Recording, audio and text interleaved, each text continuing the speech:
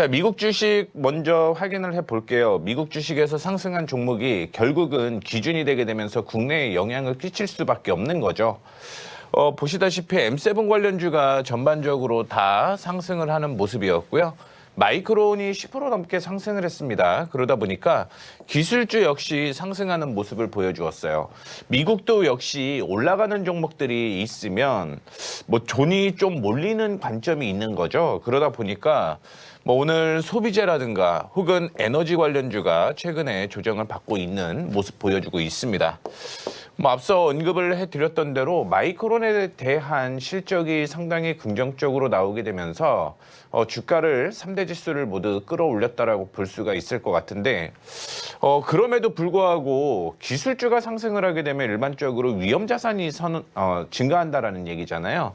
근데 암호화폐가 약세가 이어지는 모습이었고요. 그다음에 소비자와 금 관련주는 당연히 안전자산 위주이기 때문에 어제는 일부 조정을 받았다라고 보시면 될 것 같아요. 자, 그다음에 전통에너지가 역시 계속 우하향을 하고 있는 모습인데 어제 확인해 보게 되면 미국 트럼프 대통령이 이 베네수엘라에 대한 적극적인 악재에 대한 이슈가 있었기 때문에 에너지 관련된 종목들이 계속 하락하고 있는 것으로 확인이 되고 있습니다. 그리고 CPI에 대한 내용이 나왔잖아요. 뭐 시장에서는 상당히 긍정적이다라고 얘기를 하는데 사실은 10월 달 게 없는 거죠. 10월 달 게 없습니다. 그리고 수치가 조금 왜곡이 되었다라고 보시면 될 것 같은데 이전에 CPI에는요, 보통은 임대라든가 혹은 자가를 보유하고 있는 사람들의 지수가 포함이 되었어요. 그게 뭐 회사마다 뉴스마다 좀 다른데 어떤 건 0.2%라고 얘기를 하는 게 있는가 하면 30%의 여건이 이 CPI에 포함이 되어 있다라고 얘기를 했는데 이 부분이 지금 제외한 것으로 보이게 되면서 아마 지금 12월 달에 기준으로 CPI가 내년이죠. 내년 CPI가 상당히 중요해졌다라고 보시면 될 것 같아요.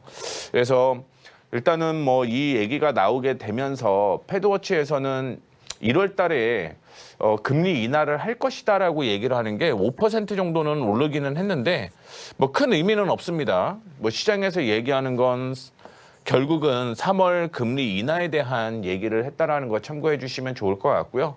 어제 또 긍정적인 얘기 중에 하나가 시카고 연은 총재 굴스비가 금리 대폭 인하할 것이다라는 얘기를 언급을 했습니다. 그래서 내년 정도에는 최소한 2번 정도 0.5% 정도는 하향할 가능성이 있다라는 얘기가 나오고 있는 만큼 원래는 내년에 한 번이었잖아요. 근데 이게 2번 정도로 바뀌었다라고 보시면 될 것 같아요.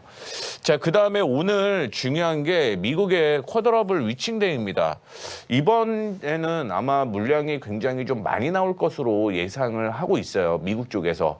그러면 이 반영이 월요일 날 국내 증시에 반영이 될 수도 있다라는 거죠. 참고로 이 선물 옵션의 경우 한국 쪽에서도 투자를 많이 하고 있기 때문에 오늘 이 부분은 체크를 해 보셔야 된다라는 거 말씀을 해 드리도록 하겠습니다. 자, 오늘 반등이 나오는 모습인데 결국은 지금 지수가 이전에 제가 수요일만 하더라도 4060포인트를 지지선으로 얘기를 좀 해드렸었는데 이제는 좀 저항이 된 것 같아요. 그래서 아직까지 산타에 대해 랠리에 대한 부분을 얘기는 하고는 있습니다. 그런데 중요한 거는 조금 낮아졌다라고 생각을 하시면 될 것 같고요. 오히려 제가 생각하는 건 외국인의 매도세가 계속적으로 이어지고 있는 모습 보여주고 있는데 아마 조금 더 조정받으면 반등 나올 가능성이 있다라고 생각을 하시면 될 것 같고요. 현재 지지로는 3,915포인트로 작용을 하고 있다라는 거 말씀해 드리도록 하겠고요.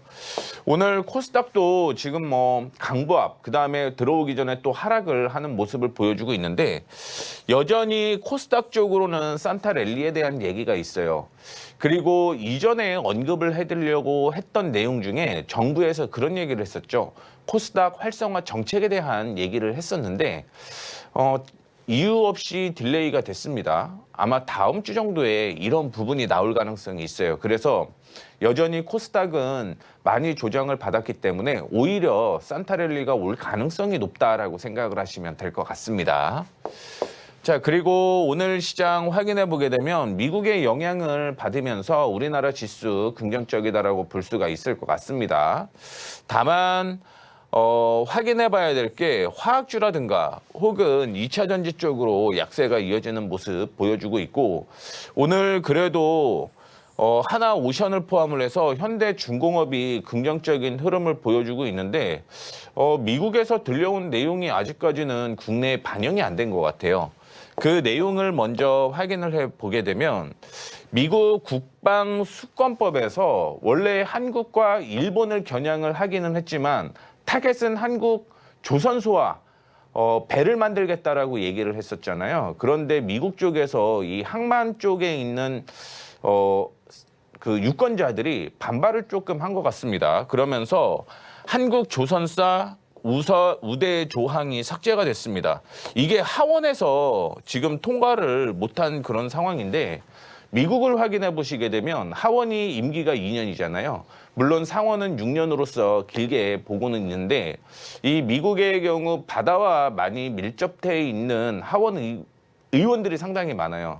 그래서 항만 노동자들이 이거는 아니다라고 얘기를 하게 되면 표가 좀 바뀌는 그런 경향이 일부 있습니다. 근데 이번에 한국 조선사 우대 조항이 삭제가 됐다라는 얘기가 나오고 있고요.